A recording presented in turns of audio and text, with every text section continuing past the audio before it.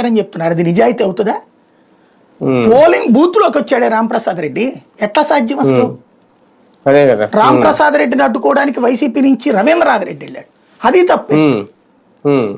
ఇద్దరు అక్కడ ఇష్యూ గొడవ పడ్డారు. ఎలా అలౌ చేశారు మీరు? అక్కడ అసలు రీపోలింగ్ లేదు, ఒంటి పెట్టది. పోలింగ్ బూత్ లోకి వేరే వాడు ఎంటర్ అయ్యాక రీపోలింగ్ పెట్టకపోవడం ఏంది నువ్వు? దాంతో పాటు సరే వీళ్ళు ఏదో దొంగ ఓట్లు వేసే వాళ్ళని చూపెట్టారు, అది నిజమా కాదంటే నిజమే. కాబట్టి దొంగ ఓట్లు ఆ 25 మందో ఆ 30 మందిని వీళ్ళు చూపించినంత మాత్రం కాదు, వేరే ప్రాంతాల నుంచి వచ్చారట.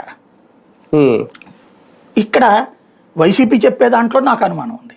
ఎందుకంటే పులివెందులు లాంటి చోట్లకి వేరే వాళ్ళు వస్తుంటే వీళ్ళు నిద్రపోతారా, చూస్తా కూర్చుంటారా? దానికి వీళ్ళు చెప్పే కారణం ఏంటంటే వాళ్ళని మేము ఏదైనా కొట్టామంటే పోలీసులు మా వాళ్ళని అరెస్ట్ చేసి లోపల పెట్టేస్తారు అన్నట్టు. శాంతం ఓటే పోతున్న తర్వాత ఆగుతాడు ఆవిడన్నా? మొండితనం ఉండదా? కాబట్టి అక్కడ కొంత కన్ఫ్యూజన్ ఉంది, ఏదో సంథింగ్ డ్రమటైజ్ చేస్తున్నారేమో అనిపిస్తోంది అక్కడ. కానీ ఒకటి నిజమా సార్, పోలింగ్ కేంద్రాల దగ్గరికి ప్రజల్ని రాకుండా అడ్డుకోవడం అనేది కనిపించింది. వాళ్ళని ఓట్లు వేయకుండా అలా అడ్డుకోవచ్చా?